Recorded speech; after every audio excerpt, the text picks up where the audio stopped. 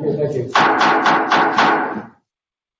I call to order the April 14th, 2021 Committee of the Whole meeting of the Cincinnati Board of Education. We welcome everyone and request you to please silence your cell phones and electronic devices. Ms. Wagner, please call roll. Mrs. Bates. Ms. Bolton. Present. Mrs. Bowers. Here. Mr. Lindy. Mr. Messer. Mr. Morosky. Here. President Jones. Here. Okay, thank you. This is a different kind of meeting, and I said I was going to go directly to the superintendent, but I wanted people to know that this is a meeting where we're having open discussion. It is basically Superintendent Mitchell's opportunity to identify a priority area to bring it to the board for discussion. And the meeting is 90 minutes, and we're going to do our best to stick with the 90 minutes. And just so you know, we do have 2 board members who will be here. They're going to arrive just a little bit late, so everybody is expected to be here. So, Superintendent, I'm going to turn it over to you. Great, thank you, Board President Jones. So, board members, you will notice that at your seating, I have a little agenda with time slots, and so I'm trying to make sure that we're able to get through our piece of information to you very quickly so that you can then have a lot of really rich discussion with us. In addition, you'll also notice that I put on your plate setting a listening insight sheet. So what we're asking is that as we go through this presentation, you wouldn't mind capturing your questions and considerations for us in terms of ideas on this sheet, and so we can cover these at the very end as opposed to stopping in the middle. All right, I'm going to go into a very quick PowerPoint presentation.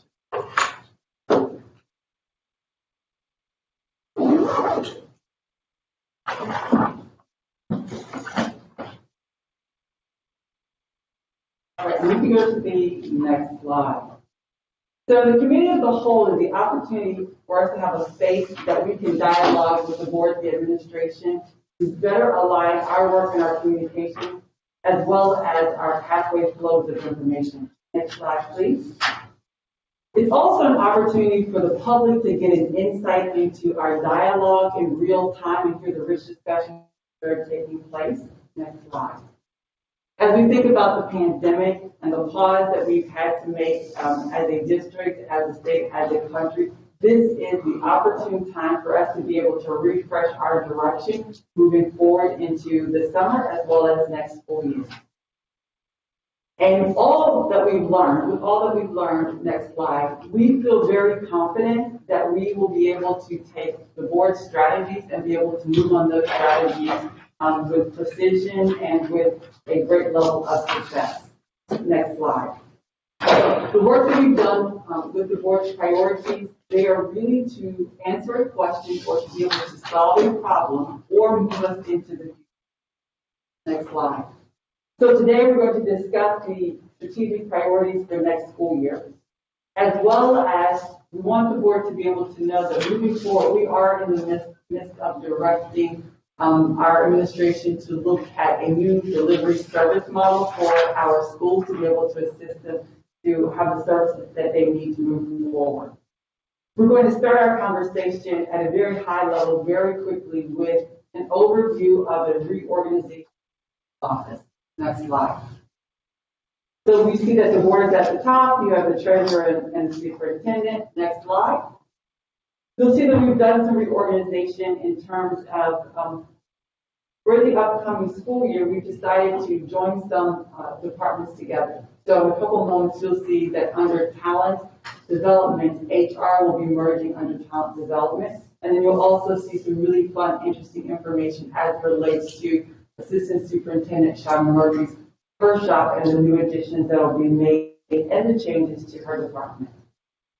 At this point, I will turn it over to our treasurer to be able to talk through her slide. Can you go to the next slide? So, for the Treasurer's Department with 50 employees, we have 2 direct reports. The Assistant Treasurer, who started in January, and our Director of Business Technology, Michael Gustin. We are also working on a service delivery change in terms of helping the schools relieve the burden of doing financial transactions. And that will free up their time to do more teaching efforts. And so we'll be announcing those shortly. Okay. Go to the next slide, our deputy superintendent slide. You'll see that on this slide, Kiana Amat, she's leading the direction for all of our directors who have a major purpose of working with curriculum and instruction and professional development outside of the Department of Student Services. You'll see that we're looking at adding 2 positions which are in alignment with the presentation that the board received about a month ago, when we have principals come and talk about the support that they've been receiving from the University of Washington's work and our DSLs. And so this is, you'll see that if you recall, I believe Stacey Wilson was one of the principals who came to present, as well as Taylor Porter from Gamble High School. Next slide, please. Under Assistant Superintendent Bunty, you'll see that her department has a new name as we think about talent and integrated student support services. You'll see this is where we're going to merge HR, the HR functions under talent development to work together as in collaboration. So we can look at the employee experience from the time they're recruited until the time that they retire or leave the district. Next slide. We're excited about Assistant Superintendent Murphy, her Office of Innovation and Strategic Partnerships. This is where the diversity, equity, and inclusion position will fall, in addition to a director who will work with college, career readiness, and career tech, as well as career-based learning. So we're excited about that one. Under Sarah Kimball Oliver, you will see the different functions that report to Sarah in terms of facilities, transportation, fiscal services, as well as student dining. You will see that we are very much interested in really rescoping the work as it relates to what we have called this year security in terms of a director for safety services. So we've been thinking about that as we think about the role of the SROs in schools and the perception of security and what a security officer does. So we're very much interested in the work that Sarah's going to be doing with the Director of Safety Services to retool and add a different culture as it relates to safety. Then under our Chief Information Officer, you can see that under Jeremy, we have device management as well as the Director for Information Technology Applications, technology support, the infrastructure, and then a manager for telecommunications. Under Krista Boyle, our Chief of Communications and Engagement, you'll see this is where we've hired the new marketing director who replaced Dawn Brady. And then we have internal communications and crisis communications, and then the customer service center. And then under general counsel, we have the new assistant general counsel, which I don't think she's done there. She's been with us probably a year now, in addition to safety environmental services, which has been tremendously helpful as we've been working through this COVID time. At this point, I'm going to turn the conversation over to our Chief Strategy Officer, Sarah Kimball Oliver, and she's going to talk about the exact specific strategies that you all approved that were a part of the Old Shore, New Shore visioning session, and we were going to tie in the budget implications. All right, so Rob, do the next presentation, next PowerPoint. So we know that strategy and budget should go hand in hand, and that your spending and investments should go towards the initiatives and the projects that will have the most impact on your organization's goals. So based on the presentation that was given by the administration last month on the strategic plan reset and the subsequent input from board members that followed, we have been working on how to pace out all of those strategic initiatives over the next 3 years and how to actually execute them within our defined financial and people resources. Next slide, Rob. So this is our working document, and you have a copy of this as well for those strategic initiatives. And like I said, we're in the process of taking those out, identifying the administration personnel responsible, and developing a budget and a proposed funding. We do know that all of this work cannot be accomplished in a year, and although it all is important work, we have to be strategic in how we plan it out so that we can set ourselves up for successful execution. So the administration has several more all-day planning sessions, several weeks. We already had 2, to begin mapping this out and prioritizing timelines and initiatives that can be funded in year 1, and identifying the funding sources. And of course, with the end goal being balancing the general fund budget to the budget target for next year. So for example, on this page 1 here, we have the student-centered decision-making strategies. And I won't read them all from the list, but know that the administration team is here to answer questions today. The next slide, page 2, shows the health and safety and community engagement initiative. And so, of course, under health and safety, we have a very large investment of time and resources and finances under the COVID safety protocols. I will call out one item under health and safety, the last item, which was health and nutrition. We were hoping that today we could get a little bit of further clarification on that initiative, which we believe came from board input, and we just want clarification on whether that was focused on student curriculum under health and nutrition or the work under student dining services for our meals that we serve. On page 3, on the next page, is optimized capabilities and growth. One particular strategy under optimized capabilities that we would like to take a deeper dive on today to get more direction from board members is the construction strategy. If you look at that line, you will see this is a large investment and needs careful consideration. So Jeremy is prepared today with additional information about this strategy when we're ready to delve into that discussion. And then under growth, of course, we have a heavy focus on improvement as well as building expansion projects, which will require investments.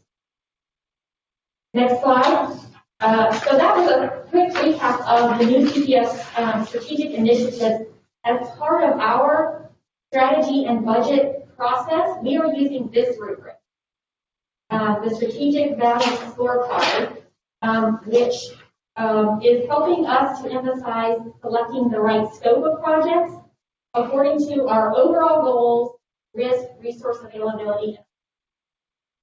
Our end goal is to be able to prioritize the initiatives to deliver the most impact for our organization's goals, and to make sure that we are making decisions based on relevant and well-defined criteria. So we actually use these 4 criteria shown here: strategic alignment, operational alignment, feasibility, and student learning impact, or also called academic ROI. And so we use this rubric to help guide our discussion, to help us prioritize investments and scope of the initiative. And at this point, I will turn it over to Ms. Wagner. Thank you, Sarah. So what you have in front of you is a summary, and it's in a very draft form because we finished with our work and teasing out what each strategic initiative costs. And so in a later meeting, we'll go into much more detail. So finally, some of them we're still waiting on questions.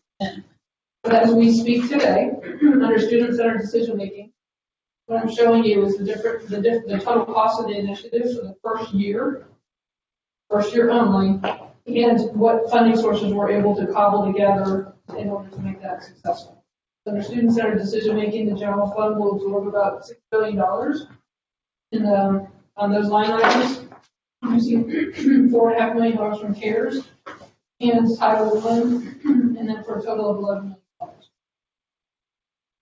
million. Excuse me. Under health and safety, the lion's share of that is under the CARES Act, and that's the recurring from CARES Act 1.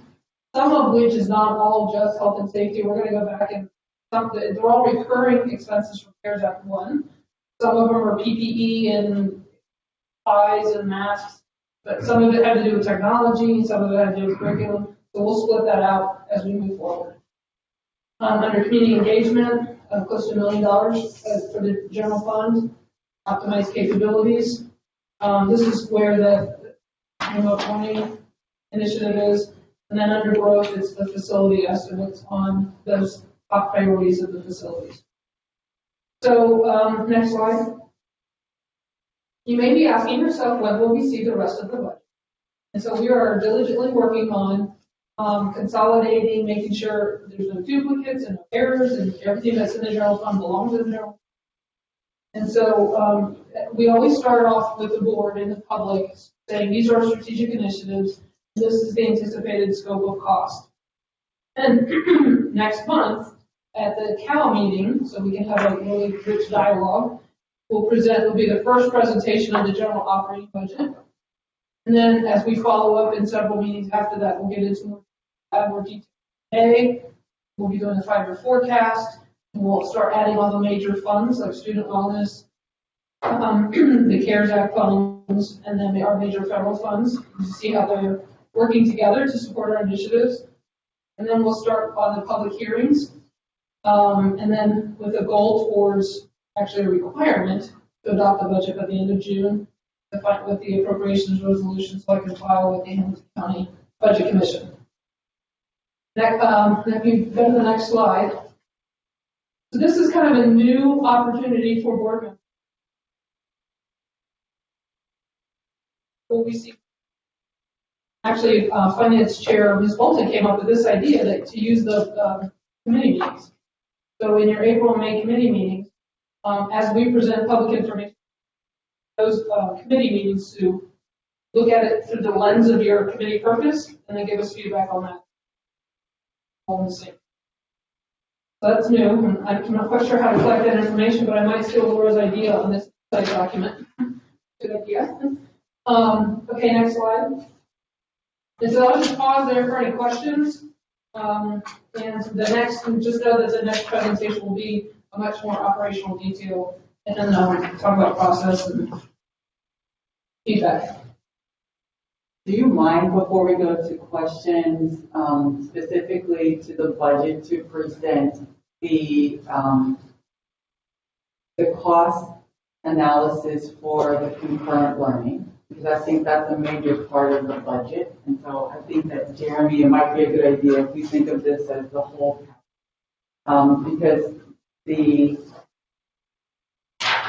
cost of the concurrent learning, as you can see under optimized capabilities, it's about midway through. Deploy concurrent instruction capable systems and classroom technology. You can see what that amount is. So I think that this item we need to dig into, especially considering that I did hear a little difference of thought at, I believe, our last board meeting. And so I asked our Chief of Information Technology to show a breakdown of that work and the cost. So let's jump right in. This is pretty detailed, so we may not necessarily go line by line every piece, but there's two sections here really behind the cost that we wanted to divide out and make sure we had a pretty clear understanding as to what the differences are. Because as has been called out several times, we've been talking about a pretty extensive range between that $23 and $53 million budgetary number originally. The top section here, what you see in the blue and the light orange, those are fixed budgetary costs. These are things that really have very little change or variance to them based on our decisions. They're the parts that we have to pay for. There's not a lot of choices on how to pay for it. So they include, under devices like recovery plan, we do have, when we're giving out devices, now that we're giving out the $35,000 to all students going home, we're obviously going to have a much higher rate of loss of devices. So this essentially puts a plan in place to let us recover a portion of those devices and essentially pays for itself in the end. It also includes our internet and Wi-Fi access, like the Connect Our Students program, as well as the hotspots to back that up. the remote and capable access for teaching support. So this is adding additional laptops for our paraprofessionals to be able to support the remote learning during school from a classroom. The in-building cabling we've talked about, our internet services with our management, monitoring, and security services that we need to scale up to support the new traffic requirements. The upgrade for our internal wireless at our schools, and again, the data availability for the student outcome data that we need to be able to see what the impact is both from the remote students as well as the in-class students, and then training for all of this. Do we have a copy of this? I do not have it. Is it on board docs or anything? You got the presentation here. This is It's not not in the in the presentation. Oh, it's not. If it's easy, I love it. If it's not easy, don't worry about it. No, I definitely have it considered as soon as we get done. I will consider now you. That's okay. Great. Okay. Thanks, Jim. But this is, like I said, those are the fixed cost budgetary items. Right? Those are the ones that don't change. They don't have a huge impact on the variance that we've been talking about. The part that does have a big impact is the classroom technology. So what you see here is this number, the 40 million, represents the complete package under the assumption of what we talked about from the beginning of essentially doing every classroom in the district to the levels of being able to provide concurrent technology or concurrent learning and instruction. So that would be the high end of that estimate, right? One quick call out, you can see this number is actually reduced from what we had presented previously from a couple of different factors. We've been able to, working with our partners, figure out some efficiencies under the cabling to reduce that cost a little, as well as we confirmed that the E-rate reimbursement program will cover some of the costs associated with various pieces of this project and the amounts that you can get involved. Now, the biggest factor on that classroom technology piece that impacts the range, right, the cost overall, are the three design models that we've put together. The first design model is based around a classroom implementation. This integrates all of the technology in the classroom.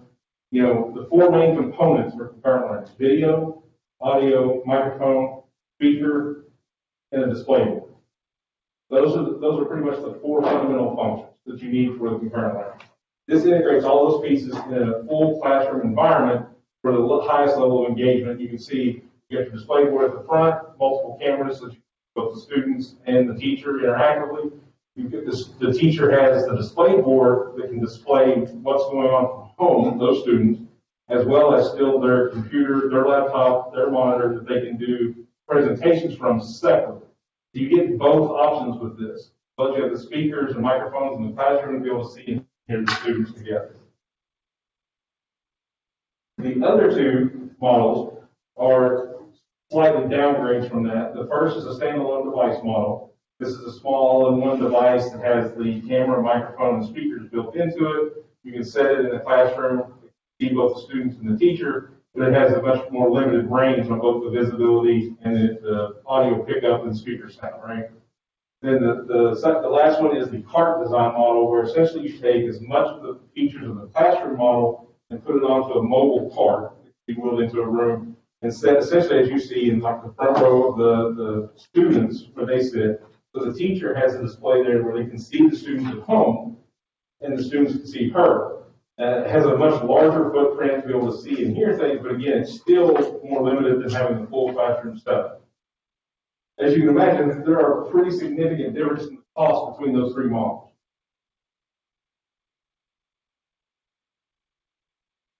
So with that in consideration, this is a list of the cost factors that we would have to look at for, again, filling out that range between the 23 and the 53 originally that you saw. The number one factor in that, this is where we fall in the range, is the total number of classrooms that we want to do, the scale and the scope. Originally, we started with the full, all classrooms, which represents roughly 2,800 that would be feasible to do. But for an example, and this is just an example, for that scaling, if we were to say we wanted to cap it at 700 classrooms instead of every classroom, and we use some kind of an allocation model basing that on the student population with the number of students out of that population that opted for full-time remote, then we could say, with a cap of 700, that estimate comes down to closer to $20 million. So that's the biggest factor in that range, is the number of classrooms that we would want to complete and have done. Some of the other factors would be the number of classrooms to support each design. So of those three models, there are classrooms in the district that simply wouldn't be appropriate for the full classroom design. They're not big enough, they're not shaped right, those kind of things. So you would have to use the other models, which would lower the cost for those specific classrooms. Then within that, we also have some display boards, interactive, or sound reinforcement microphones in some of our classrooms. We've been in the process for years of replacing and upgrading those, but we would have to account for the number of classes that have some of that equipment, which would not need to be replaced, and those that wouldn't. So there would also be costs in there that could be a variance. We are planning to have a stakeholder feedback session on those three designs by the end of this month, early May at the latest, so that we can make sure within those three designs we're not missing anything, or there's not some pedagogy that we don't have that could be covered within those with teachers, parents, and principals. And so depending on their feedback, there may be some slight adjustments in the models that again could have an impact on the cost. And then the last part is if we were to go with an option where we cap the number of classrooms or use a model that had something to do that was based on the students optioning specifically for remote, our challenge would be having to wait on that optioning to be complete so we know which classrooms to do where. So the cost there could be variance based on we would have to start later, which requires more cost to do fast. Another consideration behind the cost is leasing versus not leasing. The blue box at the top represent us not leasing any of the products. Again, the $10 million at the top would not be appropriate lease materials. Those are all soft costs or things that we need to purchase. This would primarily be the AV technology, the classroom technology portion, that the $40 million at the bottom. If we were to not lease, then our year one, we would essentially be paying that entire budget. For year two, our ongoing costs, you can see, would be around the $6 million. Depending on some of the different technologies there, if they fall in and out at different times, that varies a little bit, but you can see year three and year four stay pretty. Year five I didn't include because that's when we would be looking at replacing a lot of stuff we would be doing in year one, so that cost could be very different. Now, under the lease model, it's to divide essentially the AV cost over the 5-year period. It makes the cost significantly less for year one, but at the same time, it increases the cost for year 2, 3, and 4.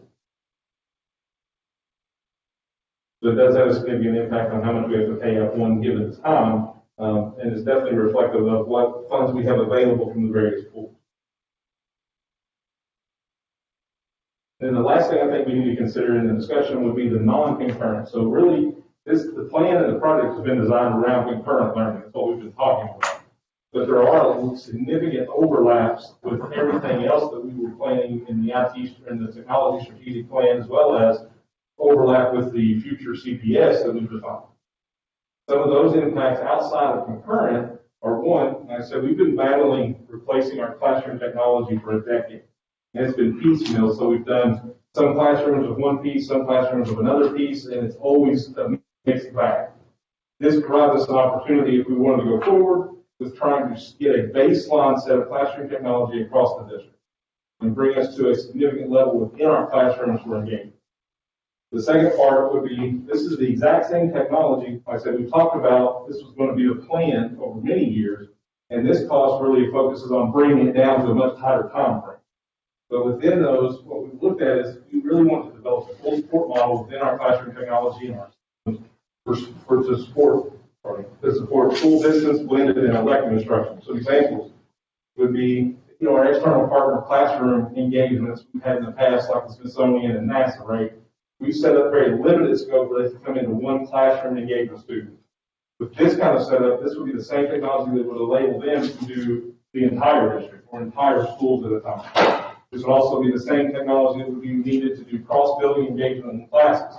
For example, students enrolling at an AP course or a different elective class at a totally separate high school could do that within the school day using this technology. And the last thing would be collegiate-style night and online courses. So essentially, we could actually have separate courses that were completely online that students would be looking at. These are again, not things necessarily we're doing immediately, but these are the technologies that would be necessary to support those options. And then the third thing was much more flexible remediation options. So within health and safety, a number of students, if they currently would be ill they may have to leave a program or go into specific programs to continue, their academic achievement. With this, the same technology again, if the student was going to be out for 2 months, they could still be engaged directly with their class. They could still attend on a daily basis. Same with behavior. It just provides more options that a student necessarily wouldn't have to be disengaged, even though they couldn't come to school. So we did take a lot of time to go specifically through this because we've heard an interest from the board, but we've also heard maybe a differing interest. And this is a very high item on the budget, as you can see. So what I would like to be able to do you have anything else, Jeremy? Did I cut you short? Okay. I just want to return to, I'm sure this is the page most people would like to see the website. So I return it to the page. Thank you, Jeremy. So we are like right on schedule to stay like the majority of the time now to really be in conversation and discussion with you, which is what we're excited to be able to do. It would be helpful as we're doing our work if we could take it goal section by section. So if we could start with student decision making. If there are questions or considerations that we have for this area, this is the time when we really want to be able to talk. We do have staff here who are available to answer any questions that you may have. The last thing that I will say is that all of the items, the strategy items under these sections came right from your feedback through the Old Shore, New Shore, and the presentations we have been giving you, we gave you in the last month. We just pulled those out, put them here along with the person who's responsible, the year, and then the funding that we believe it would take to fund this. So these came straight from your priorities. Yes. Yeah, thank you. So that presentation, I think, was great background. I mean, the only thing I'm missing is, and based on that, here's what the administration recommends we do. We've looked at the data of how many kids have chosen remote. We've looked at, that total cost of spend, given the other budget priorities. So will that come after this input session? Or how will that, because what I'd like to see is, as the team comprehensively looks at all the new ones, because that's such a complex decision there. I'm very interested with the huge dollar amount. We talk about that being amount that's unsustainable for transportation. Well, that amount's more than the transportation budget, given that's a year. But so, what point will we get the perspective of the administration on here's what we think the right decision in this category will be?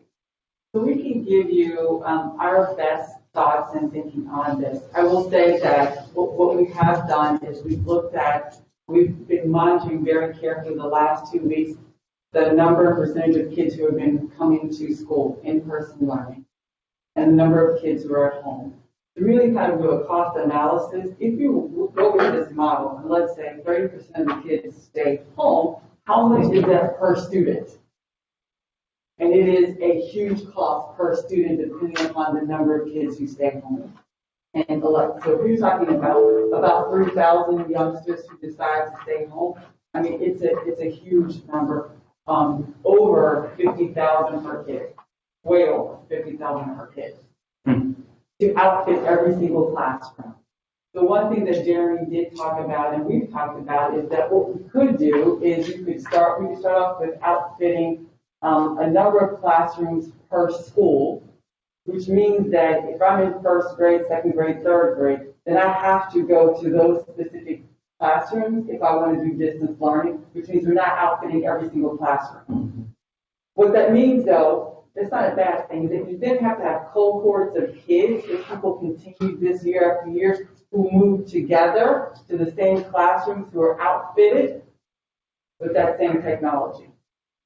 So it would be limiting the number of teachers who would have this access to this technology. The price tag that Jeremy gave is the price tag for the entire district by spring of 2022. So there are a number of things we can do. We could outfit very specific classrooms and start to build out in August. We need parents to elect, though, what they want to do so we know which grade levels and which classrooms and which schools. Or if the board's interest is really in the entire district, then you can see that it's approximately a $49 million investment. The only other thing I want to say, and I invite Jeremy to please join in, is that there are a number of school districts in this area who have publicly opted out of doing this. Mason is one. Mason was on television earlier this week stating that they are not going to offer a distance learning option at their district. And there was another. Sycamore. Sycamore, Oak Hills. There are quite a few. And that's saying we should do because they're doing it in context of what's happening in our region.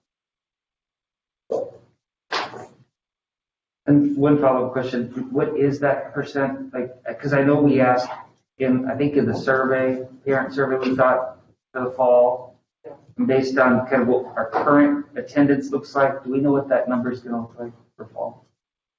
Or at least a prediction? Krista, and maybe if PLT could move around this way so I can listen here. You wouldn't mind, thank you. So we are in the process of fielding 2 optioning surveys, one for the high school level, which is going to be part of the normal optioning form, and one is going out through schools to elementary students next week. So we will have a better idea coming out of that. That's not like a what's your opinion survey. It's more what would your preference be. So it should be more directional and helpful.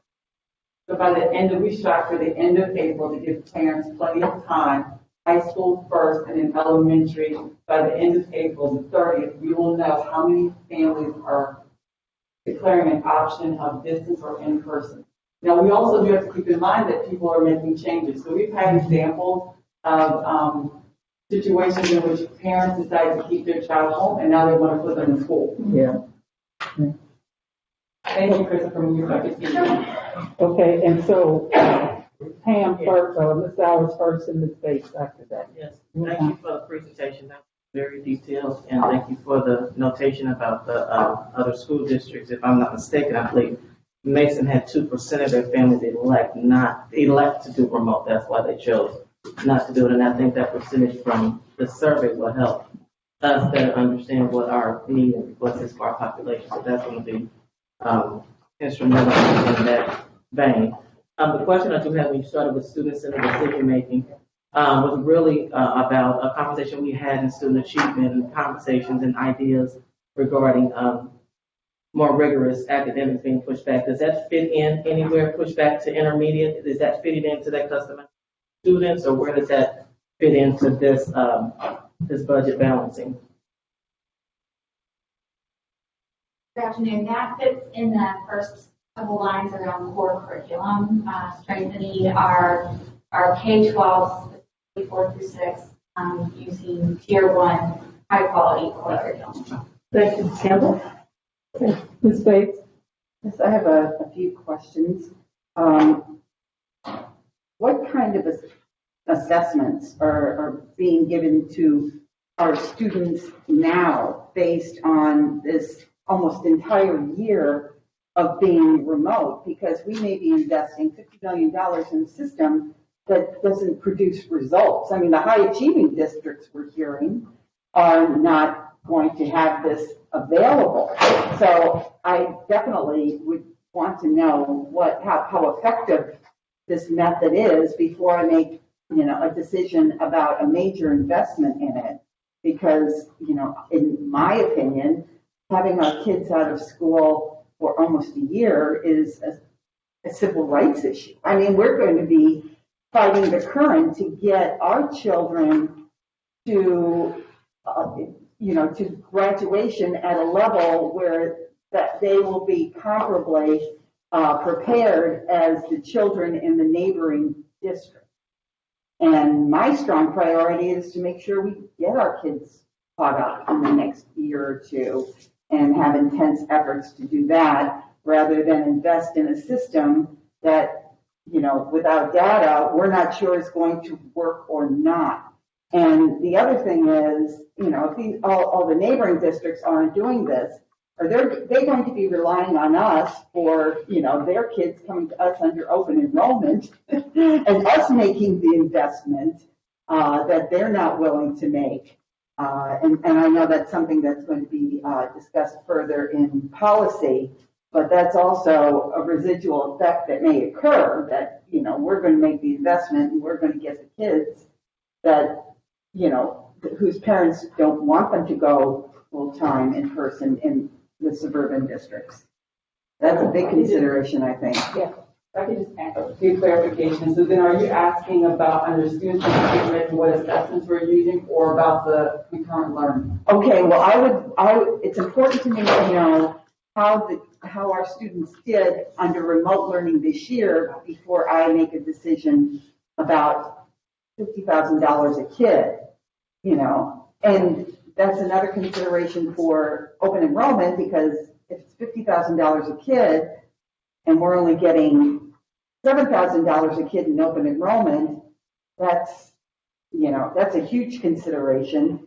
And also, bringing our children, what I guess it wasn't clear in the budget, and I know it's buried in there, what efforts we're using, bring our children up to par academically where they should be, because we know that many of our children have, lost close to a year in remote learning because frankly they haven't logged in, and even the ones who have been logging in, we don't know how effective that has been. So is that all? Yeah, so Justin, when you talk about the assessments that took place this year in distance learning and the results. Yes, currently we're involved in state testing at grades 3 through 8. So that's happening right now. But we've been able to utilize math growth assessments for reading and math. And we've had the flexibility to deliver those in person or remotely. And then we've also been able at K3 to help monitor literacy, DIBELS assessments. Again, able to deliver those in person or remotely.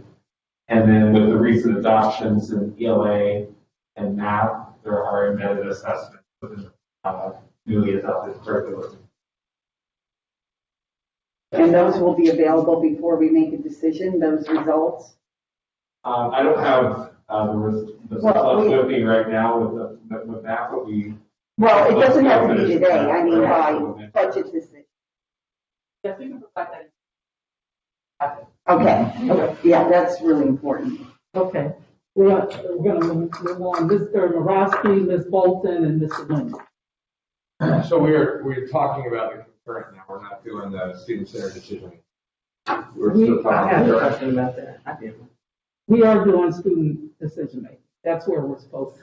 Student-centered. Student-centered Well, decision making. Okay, well, I'll go to there, but since we're doing the concurrent, I'll throw out mine too, because I think Ms. Bates brings up a good point about the testing piece and the effectiveness for kids at home. I mean, I know purely just from anecdotal stuff, locally, and then some broader, like more research-based stuff around the country and in other urban districts, that the remote has worked really, really well for some students, particularly Black students. And I do think it's a civil rights issue. I think it's an interesting issue and opportunity to rebuild the district with concurrent learning for a certain segment of our population.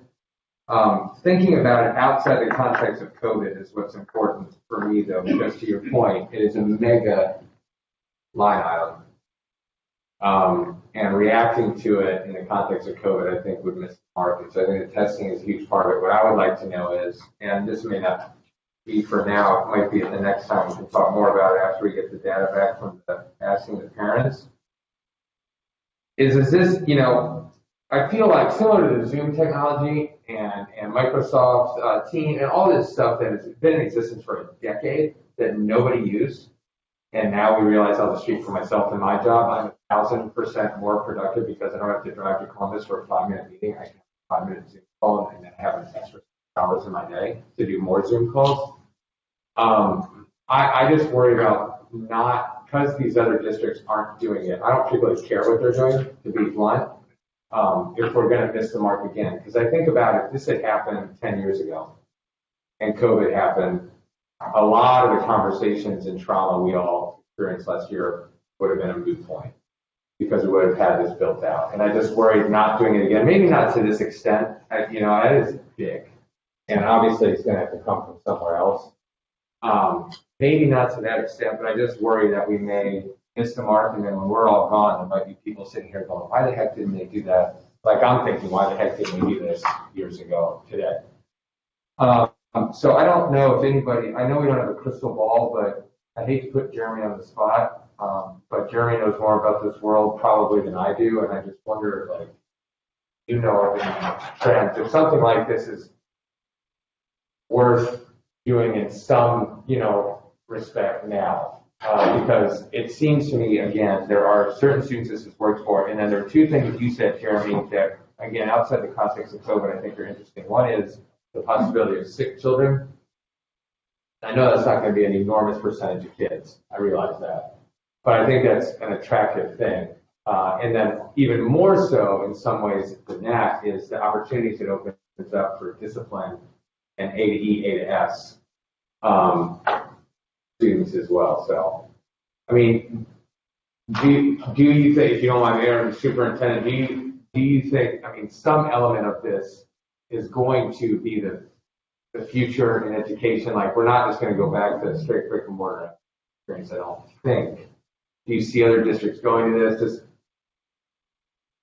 Yes, I do to an extent, and kind of the reason I think it was important to include those non-concurrent items and kind of, you say, outside of the pandemic view. Can you come to the mic? We just want to make sure that the public is being able to hear. So I do to an extent, and like I said, a lot of the technology here that we're talking about was kind of part of our strategic roadmap anyway.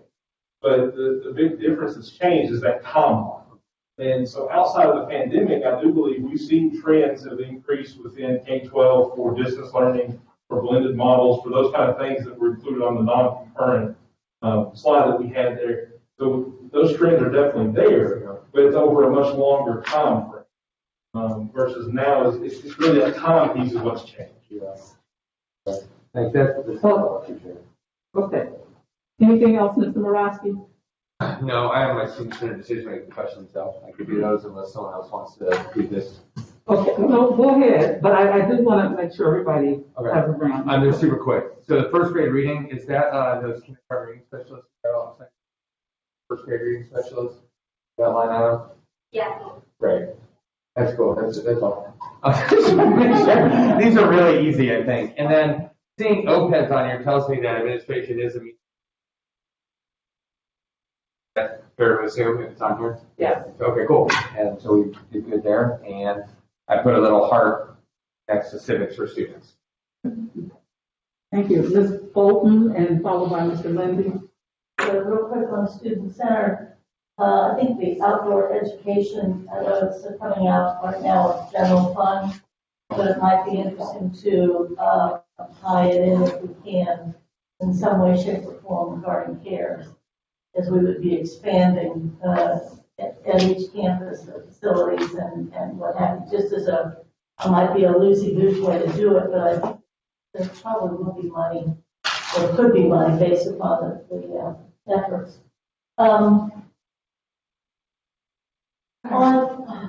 Respond to that? Please, yeah. I would very caution us to make decisions that are going to be long-term, to use CARES money, because there's a big, huge cliff at the end of the CARES money grants. And so if you get used to spending that out of the grants, that money goes away, does the program go away? Or what happens when it comes back to the general fund? You're going to sacrifice something else. So be careful about long-term initiatives coming out of CARES. I totally agree, and what I'm thinking of mostly on the outdoor CPS outside is actually building some sorts of facilities, like Melanie's idea about the carriage house, so that influx of capital could be used for, rather than sustaining it, later on in the general fund. Just to be thinking about that. I know people are doing an audit of our campuses. As to what might happen. Board Member Bolton, this $755,000, that will not cover build out of outside area. Right. Okay, I just want to make sure you weren't thinking that that's all it would cost. Yeah, no, that's what I'm saying. I'm interested in the CARES money facility guys. Okay. And this looks like the annual program. Thank you for the cost benefit analysis. We're not going to be able to spend $50,000.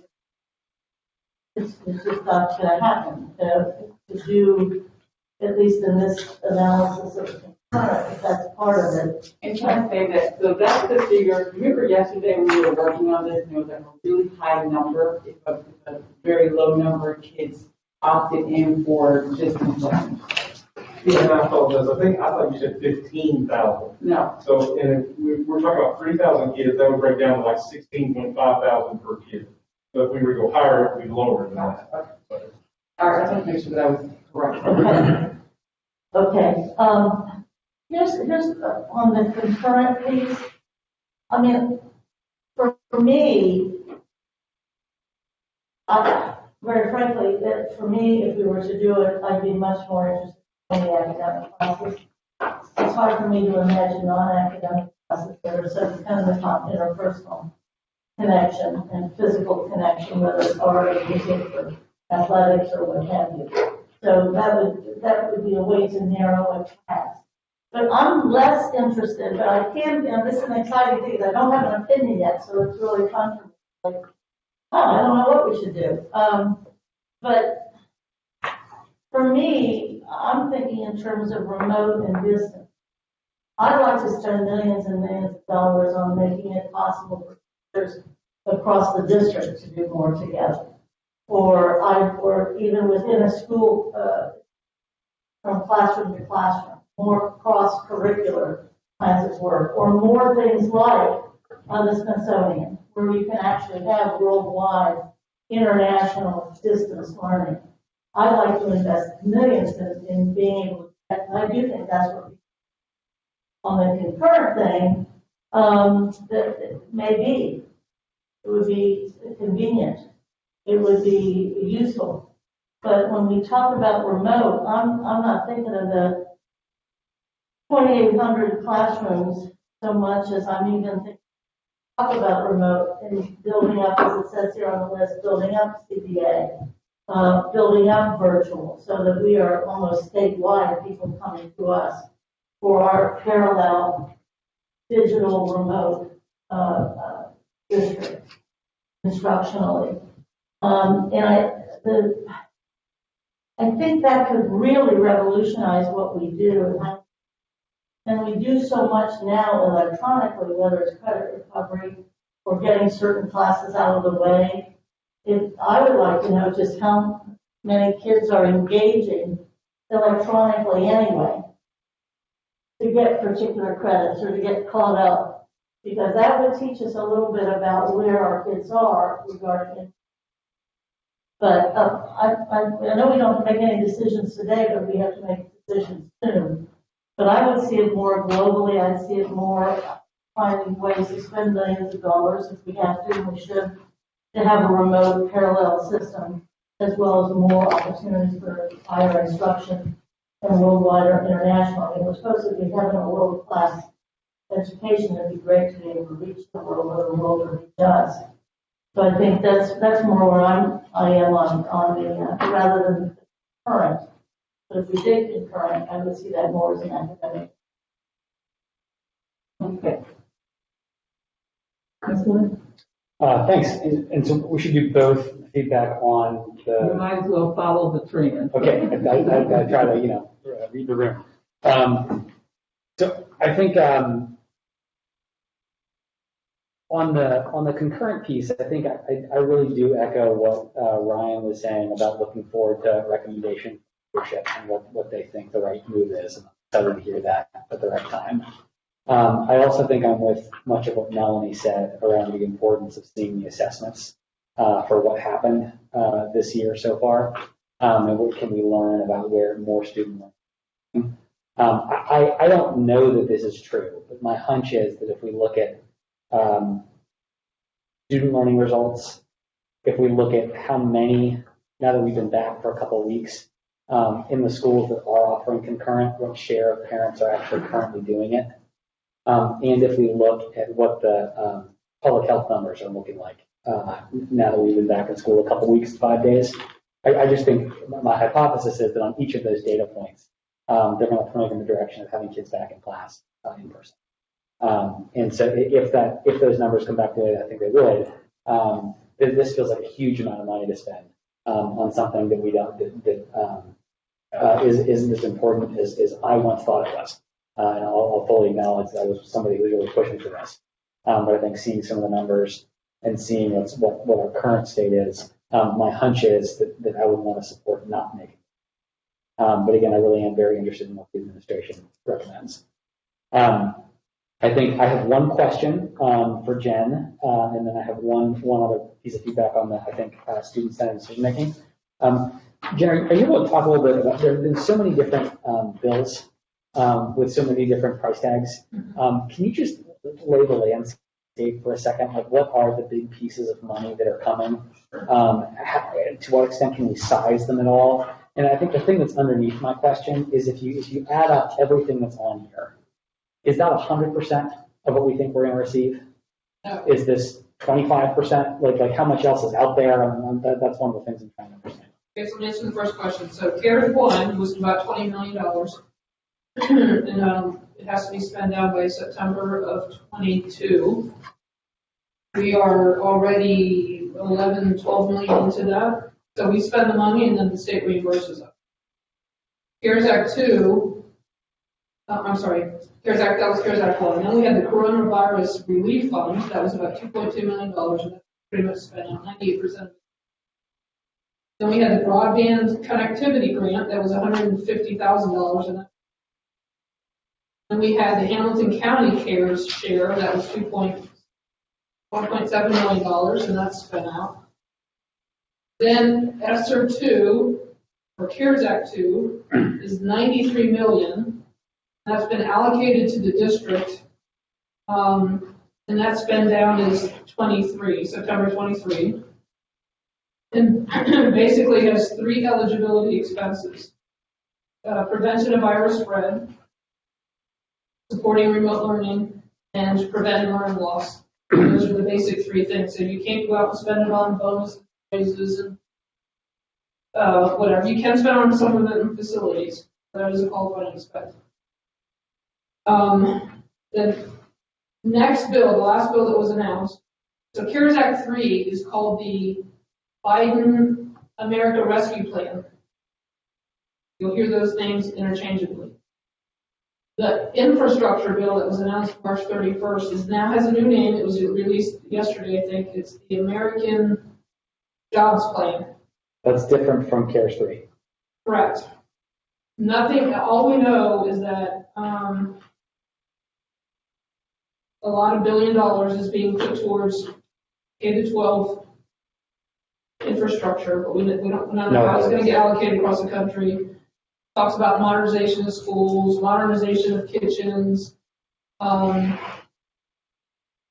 upgrading buildings, which our current buildings may not qualify for. It talks about HVAC and protecting the students. We just got information today. I was going to share it at Finance tomorrow about it. That is an 8-year spend, and it's being supported by the tax relief bill. The rescue or the jobs plan? Jobs is being supported by the Reform Tax Recovery Act, Reform Act. So right now we're focusing on budgeting for CARES Act 2, the $93 million that we have allocated in the state. The CARES Act 3 originally was $224 million, and they've already lowered it to $204 million. There's some kind of a multiplier that was mistyped or something when they released it.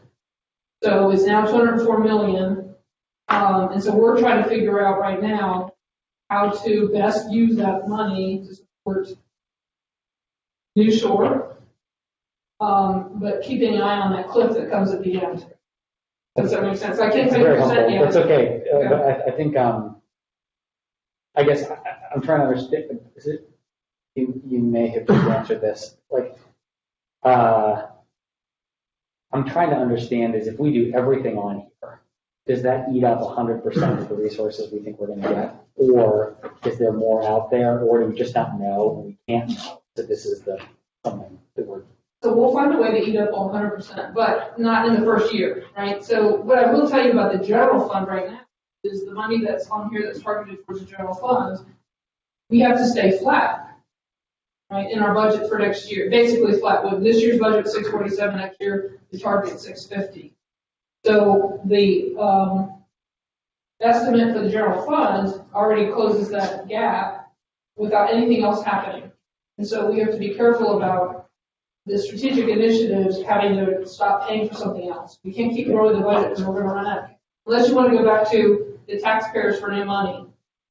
We have the next renewal levy is in November 22, $51 million renewal. You have an opportunity to do a substitute replacement and increase it.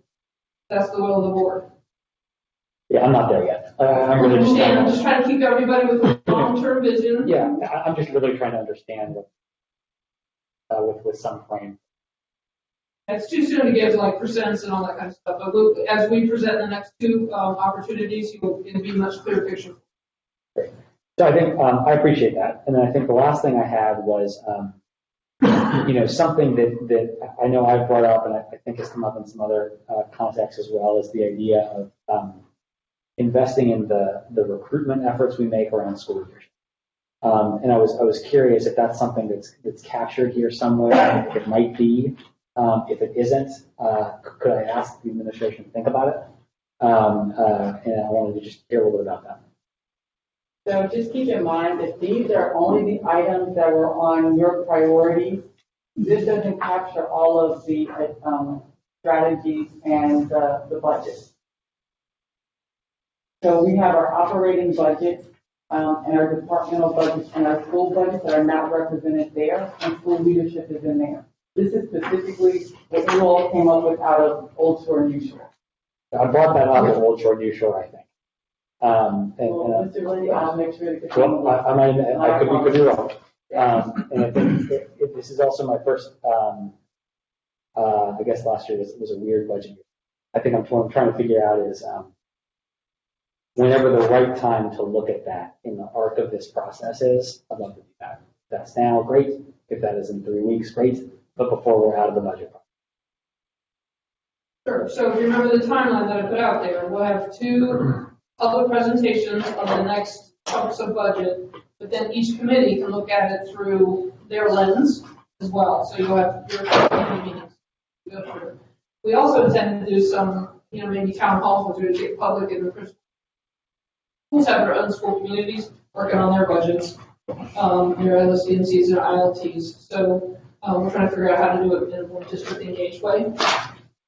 But so you have at least 4 opportunities to see more information. Thank you. Lisa, I'm going to insert my comments if that's okay, and then we'll come back around. Because a lot of times when I go last, I forget where I'm going with it. But so there are bits and pieces of what everybody says, which makes sense to me. And I think you all did a great job in feeding back to us what we said for the Old Shore and New Shore. My one question in terms of the whole document is, and it seems minor, but I think it's important, that you all did a listening session. Was it with staff or parents? Remember you mentioned to us, were those ideas incorporated into this somehow? So we use information not only from the session with the board, but also pulling together all of the town halls that we've been having all school year with parents and staff. We actually did a session with Cass earlier this week. Okay, thank you. I just wanted to follow up on that.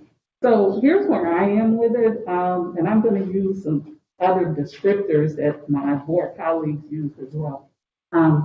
I think it's in New Shore, I remember us talking a lot about investing in technology. And I do believe that there's a great deal of long-term benefit in investing in technology, whether we do concurrent learning or expanding CBA, which is not expanding, but improving and the quality of CBA, improving the quality of virtual, which could all be well and good. I kind of like the idea of being able to, for each school site, having access to some way of providing this type of learning model. It doesn't have to be at the level that I'm seeing in terms of the cost, but to be able to have it. Because I do believe that the residual effects, that's Melanie's term, the residual effects of the pandemic and just our future thinking about what is the new direction of just schools, public schools in general, gonna look like. It doesn't have to be traditional. And so I hear people saying, well, all the other schools are going back to, we don't have to be like other schools. I think we're very unique in many ways. And I want our families, which I think is, to me, is equity.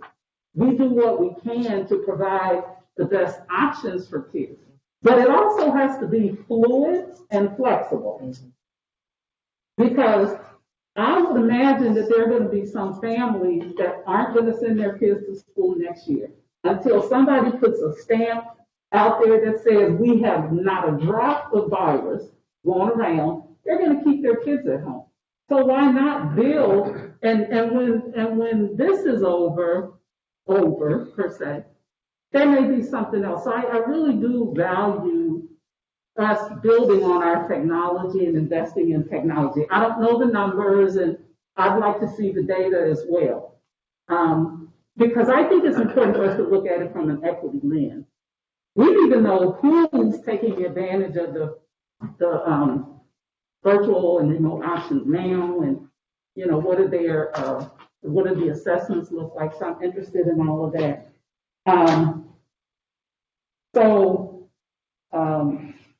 What else was I going to say about that? Okay, so options within school, and because I see that as being very non-traditional. So I'll just shut up and leave it at that, but that's kind of what my 2 cents worth is for now. And then Ms. Bolton and Mr. Morosky.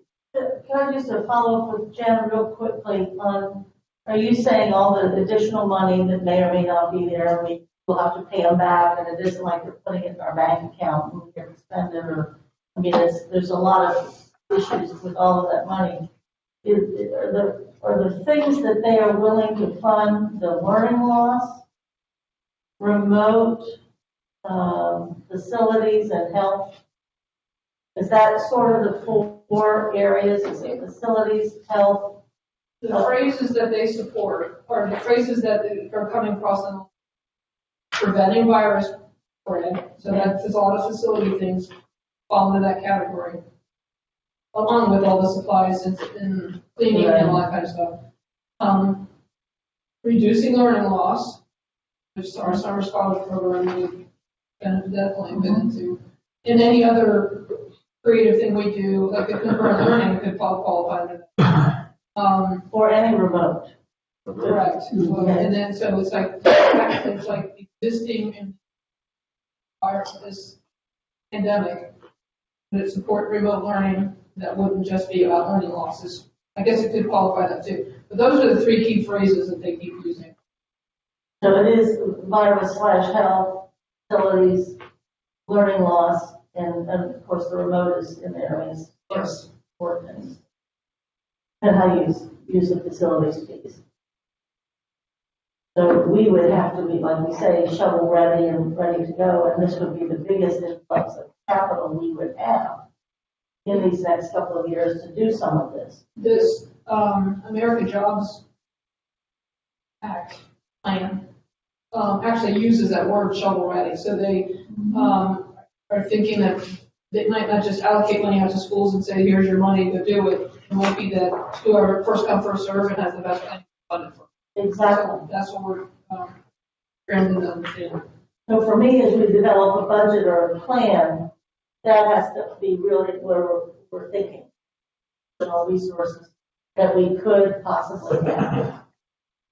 But be ready to do it, and that's why it's weird for Mason and some of these other people, oh, we're not going to do it. Well, they don't need it, and that's not their custom.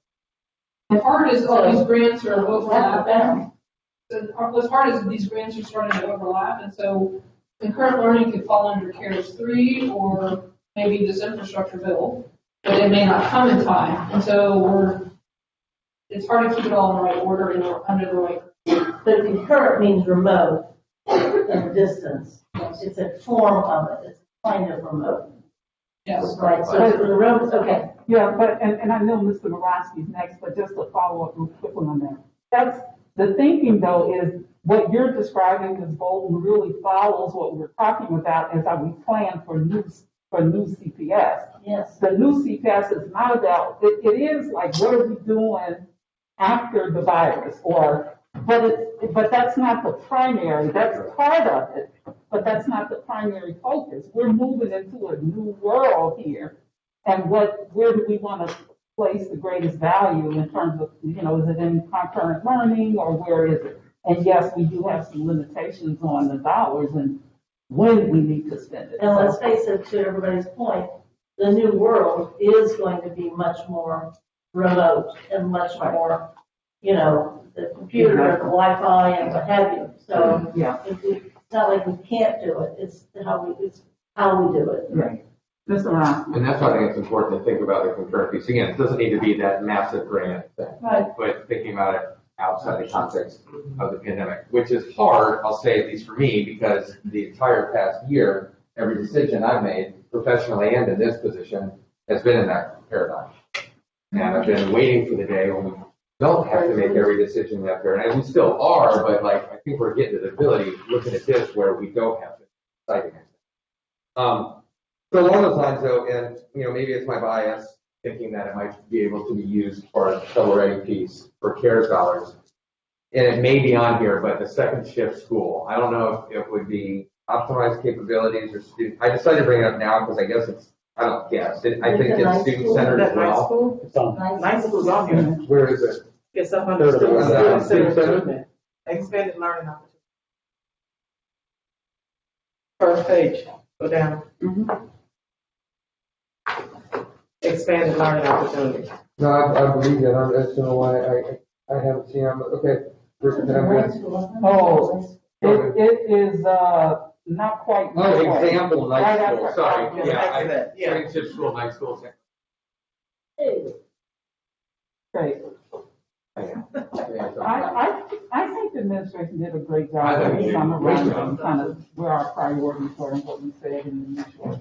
Are there questions that you have about health and safety, community engagement, or growth, or optimized capabilities? Yes, go ahead, Ms. Bolton, go first. Yes, on the optimized capabilities, on the green buildings, again, I keep carrying Mr. Messer's water on this, for him for the green buildings, because he brought that to finance a couple of years ago.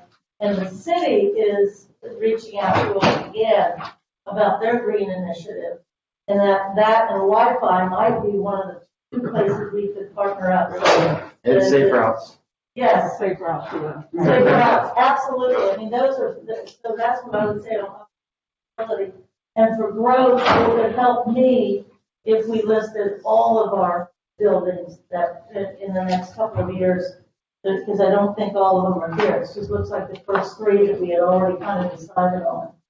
So I would want to see the Spencer and Hughes Annex, Jacobs and Rawson and Western Hills, and even a listing of the properties that we have that we could invest or divest in. So that would just help me on that.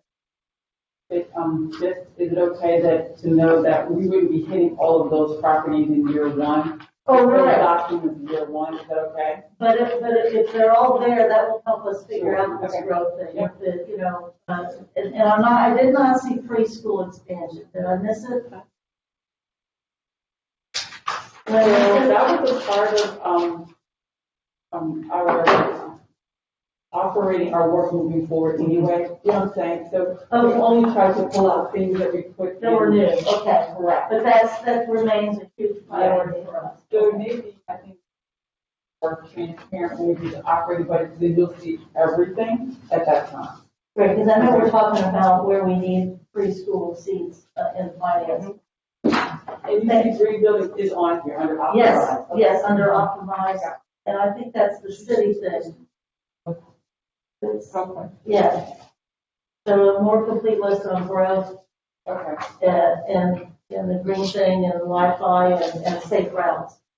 of finding partnerships. Yeah. Do we have safe routes on here, Sarah? It's under health. Yes. So Do we Yes, go all okay. over the place? It's the part It's great. So that's- So that's where it should. okay. I don't want to get too far in the weeds. Did ask about communication. Yeah, I was looking at the amount of time we have left to just Yeah, I do just- the other one. Yeah, I just wanted to make sure that we really are talking about thinking out of the box in non-traditional ways to engage the public. And, I know hopefully they're built into the strategies as we move forward into this. Okay, we'll make sure though, we'll highlight it and pull it out. Innovative ways to engage the public. Okay, got it.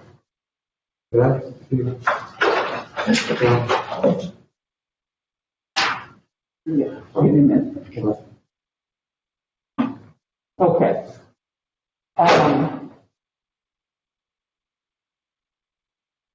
Ms. Marashi. I just want to piggyback off what you said real quick and what the superintendent was writing down.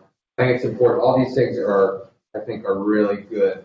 And Ms. Boyle has a heck of a job and for all these things you're noting. And I think it's awesome. And I think we're positioned to do it. I would just like, again, to highlight what you said. I think it's important that whatever we do going forward in the fall, and it sounds like we are already, survey that was sent out, that parents are included at the onset. So one thing I heard over and over, whether it was people that want kids back 5 days, or people that don't want kids to go back ever, and everybody in between, there's a lot in between. The one thing I heard that unifies all of those groups was we had no idea what was going on, and we weren't there at the beginning. And whether or not we feel we communicated well, I don't, it doesn't strictly matter. That seems to be a common perception. And so I'm not using this opportunity to critique as much as I am to say, I think this community engagement piece is great. And I hope the public can see this document at some point, because I think this is all good. And I think it all speaks to trying to have people there at the onset throughout the process. So kudos, I guess, a roundabout way of saying kudos. But I do think that was the one unifying thing I heard. We'll work on that. I'll work that. Thank you. Ms. Bolton. Community engagement, I'm somewhat disappointed by the amount allotted for, again, continuing to beef up our LSDMCs and PTAs and PTOs. I just think that is so, if we could somehow get that in order, it would really help a great deal. So it's just a comment, just a suggestion. Got it. Thank you. I think we've learned a lot about community engagement. Just this. We always learn something from year to year, but I think this year really sort of tested us in terms of community engagement, and we certainly tried to come to grips with some of what we need and what we're looking for. So I appreciate the thoroughness of this. Other questions or considerations for any of the other sections? I'm going to wait until I get more data. I didn't have my hand raised, but I'm going to wait until I get more data before I. Thank you, Jen. So then can we go on to next steps? Is that okay? Okay. So then our next step will be to be able to provide the map assessment data for the board for you to be able to see.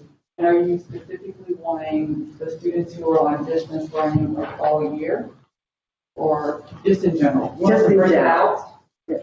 I mean, if you can break it out, but, but yes, I'd be interested in all students. Also, what, if we know who was logging in, the demographics of who was logging in. Okay.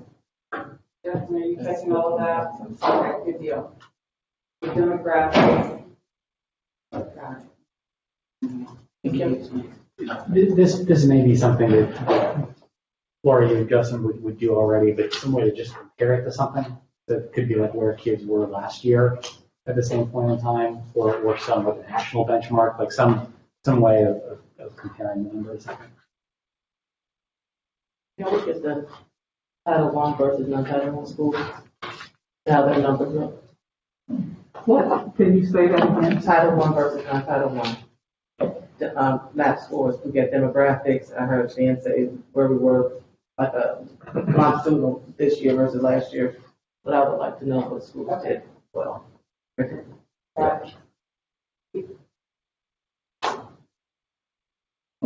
would help me too, and I think we all try to do this. The reality of where we've been and where we're trying to go is that for our population particularly, even though we may have some stats that show some of our kids were doing particularly better, or that, once the administration was great and worked out all of the equity issues, our families have to be back at work.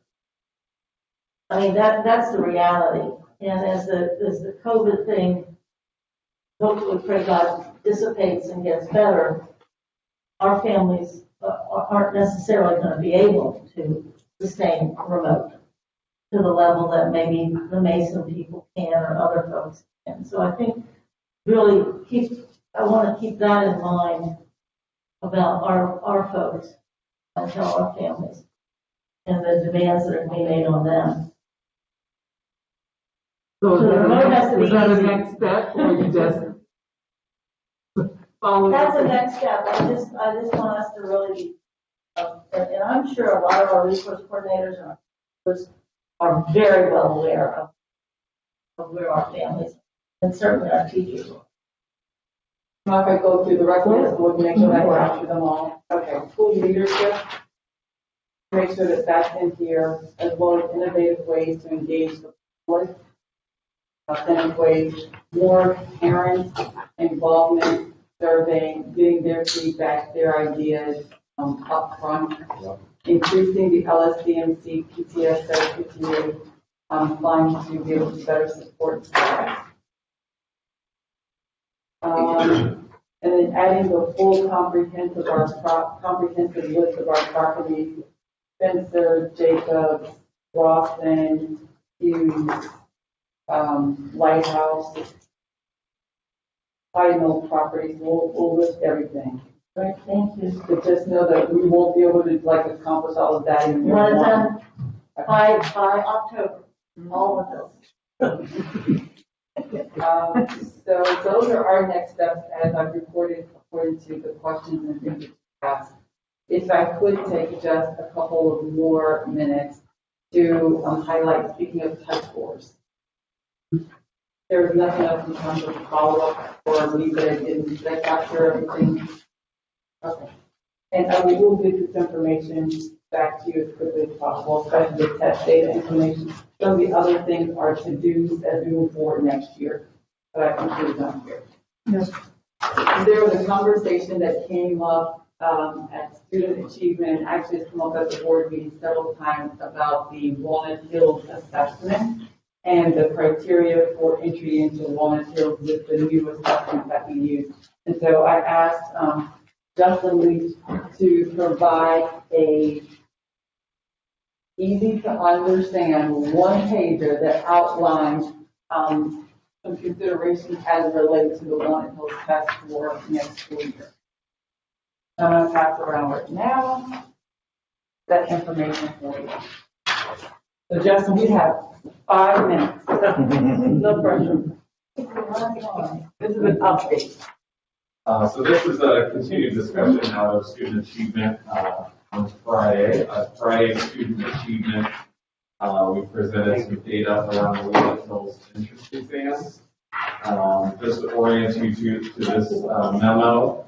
On the first page, we looked at average eligibility over the last 2 years.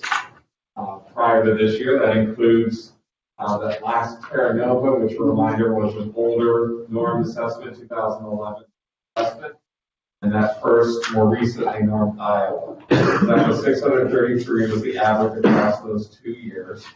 Of course, not every kid that qualifies ends up enrolling at Walnut. A Boiler 6th grader might decide to stay at Boiler for 7th grade. So the average enrollment as of December 2020 across those two cohorts was 421 kids. So if we turn to the second page, Under our current eligibility rules, we currently have 411 students. We just did one last test this past weekend and have 47 sixth graders test that day. So if you look at the average or the percentage of students that actually end up enrolling has been around 63 to 70%. So that last box is the potential enrollment given those different scenarios. So Friday, we presented a recommendation around lowering the criteria, the 60s, 60s, and 130 composite. That increases the number of students currently up to 461, so plus 50 students. Depending on what happens with those 47 that we have out, could be 461 to 508 that are eligible. So we presented that on Friday. There was discussion around seeing a couple more alternatives. So those last two boxes are alternatives 2 and 3, which would be lowering the 50, 50, So modified. What was that? Modified. Modified, yeah. Modified due to the impacts of this year. And that's the trend that we've seen nationally with assessments like that, is that nationally achievement has decreased this. So that's 50, 50, 110, and then the last modification would be 50, 50, but with no composite requirement. So that brings up to 560, and that alternative 2, 571. Depending on what happens with that last 47, you'll have your predicted possible ranges there. I spoke with the administration at Walnut. Their preference is alternative 1. That Friday's SAC meeting. We're just bringing this to the board for your consideration, a one-year modification, considering the fact that we've been in class and out of class in person instruction, and we've been working through a pandemic. You can see that a number of kids at this rate increased in terms of entry into Untitled. This was a conversation at SAC, but the staff members felt that this was important enough to come before the full board and before the 26th of April, because that's the next board meeting, because high school lottery selection ends on the 16th, which is Friday. Okay. Just regarding this, I know I got a media request about this, but not being sure, because it wasn't on the agenda. I just said it wasn't on the agenda. But so the board would need to review this again and approve. Is that correct? Okay. And that's my question. So what's the next step with this? Go ahead. I saw her hand first, but it doesn't matter. First, my chair. From my understanding, I thought we were going to go by consensus, but because I don't think we can do this in a setting, can we? I'm sorry. Can we come to a consensus in this group? I didn't think so. So we said we were not going to make any decisions. Right. We can't vote on anything today. So even a consensus vote, we can't do it. Right. That was my question. Do we need to approve it for April 26th? Is that too late? It's too late for the families that are thinking about leaving, and I know we can't vote in a committee, but I know in staff we wanted to make sure the whole board heard this. And I think to me we've brought it before the board at least 3 times in public session. Had it in student achievement. Pam's saying we'll get it in at least twice that I can recall since the beginning of the year. And last year. And last year, remember, yes, we were concerned about that. To me, we could advise the superintendent breaking any kind of law, but my interest, I'm still committed to the Iowa versus short-term, but I'm still committed to that, but I think under the COVID experience, I think we should make it as possible for children to go to Walnut as we possibly can. Great. And what I heard you say that makes sense is that it's already been talked about in student achievement. We've already been informed, whatever. the superintendent and her team followed up on it and is feeding us back what we had asked her to do. So we do not need a vote, in my opinion. Go ahead, Ms. State. I'm trying to get us out of here by Okay, 5:30. just really quickly, I think we should norm it to the number of kids who were accepted last year.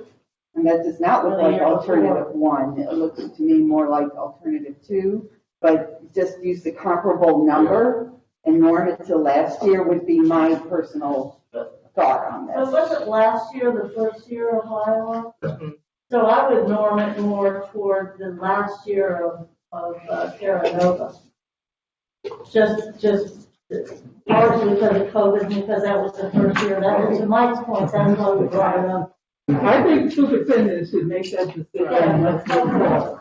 We shouldn't go less, in my opinion. That's what I'm saying. Yeah. We're not using this as an opportunity to not have overcrowding. We want to be fair.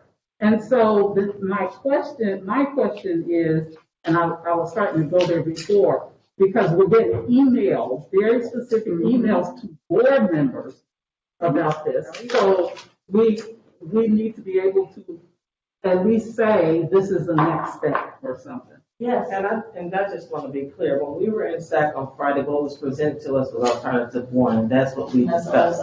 That's So fine. we're not, that's so thoughts and decisions, I don't think we can really say that right now. Okay, Mr. Lindsay. Yeah, I just wanted to say two things. One was I fully trust the administration. Like, I don't know that this, from my perspective, would necessarily need a board vote. I think it's her call. I support it. The second thing I wanted to say is I brought up at SAC some other alternatives that might be because you decided they're terrible ideas, in which case I believe you. But I did want to raise the idea of some slots for kids guaranteed by school. So it would be the admissions criteria that is separate from the test.